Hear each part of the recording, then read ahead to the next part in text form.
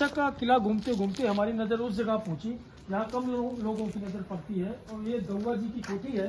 कहीं से दाऊ जी की कोठी लिखा गया है और एक जगह दौआ जी की कोठी लिखा गया है। तो ये कोठी आप देखिए 17वीं शताब्दी की निशानी है ये कोठी, और इसकी ईंटें देखिए किस तरह से ईंटें हैं जो पुराने जमाने में प्रयोग की जाती थी, वो ईंटें हैं। इसके अलावा कोठी में बहुत कम लोग आते हैं, लेकिन तमाम चीज़ें इसकी खंडहर हो चुकी है, लेकिन जो कुछ चीज़ें बची हुई है उसको हम दिखाने की पूरी कोशिश आपके सामने कर रहे हैं। तो सामने जो राजमहल है, राजमहल के बाद शीश महल है, उसके बगल से एक रास्ता बना हुआ है जहाँ से गाड़ियाँ वगैरह आती हैं। तो उन गाड़ियों के आने के रास्ते के ठीक बगल में जो है ये दौआ जी की कोठी है। यहाँ तमाम लोगों ने अपने नाम भी लिख दिए। आप देखिए तमाम लोग अपने नाम लिख के चले गए हैं।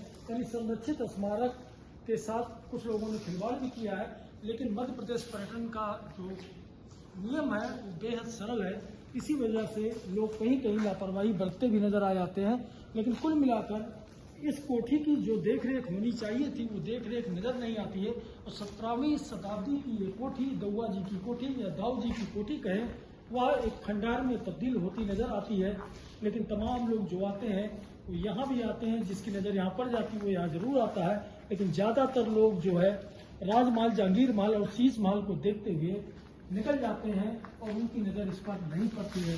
तो ये आप देखिए कि विरासत को सहेजे है, किस तरह से सहेजा गया है विरासत को, लेकिन जिस तरह से सहेजा जाना चाहिए उस तरह से नहीं सहेजा गया।